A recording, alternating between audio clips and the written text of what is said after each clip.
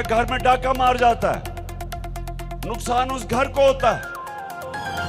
لیکن کرپشن قوم کا پیسہ چوری ہوتا ہے. وہ پیسہ جس سے سکول، ہسپتال، کالج، یونیورسٹی بنتی، سڑکیں بننی ہوتی،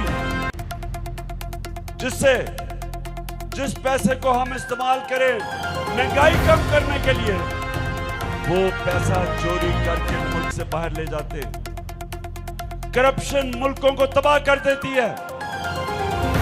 شیخ پورہ، میں 26 سال سے کرپشن کے خلاف جہاد کر رہا ہوں.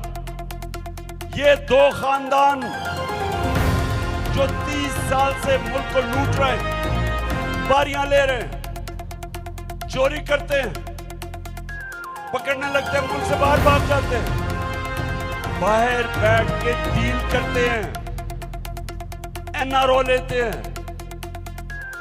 مشرف سے این آر او لیا، اس نے کرپشن کیس معاف کیے، واپس آ گئے، پھر ملک لوٹا. 10 سال انہوں نے 2008 اور 18 کے بیچ میں پھر لوٹا ملک. 4 گنا پاکستان کا قرضہ بڑھا. 6,000 ارب ڈالر سے، 6,000 ارب روپے سے پاکستان کا قرضہ گیا 30,000 ارب روپے. 4 گنا قرضہ بڑھا. اور قرضوں کی قسطیں یہ قوم اپنے خون سے ادا کرتی ہے. آپ کا پیسہ ہے جو ٹیکس سے اکٹھا ہوتا ہے.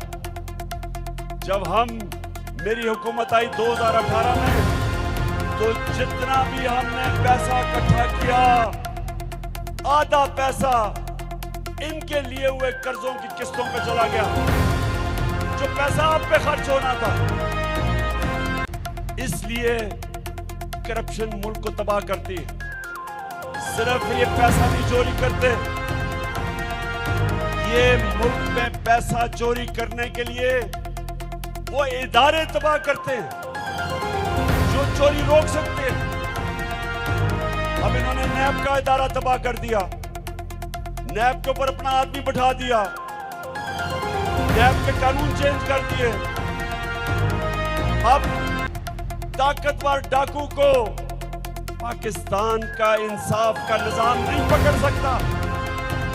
آپ اگر بڑے ڈاکو ہیں، پیسہ چوری کر کے ملک سے باہر بھیج دو، تو پاکستان کا انصاف کا نظام آپ کو اب نہیں پکڑ سکتا.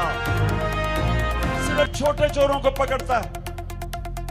سائیکل، بھینس چور، گاڑی چور، صرف یہ پکڑے جاتے ہیں. بڑے ڈاکو کو جو اس ملک سے پیسہ باہر بھیج دیتے ہیں، ان کو نہیں پکڑ سکتے.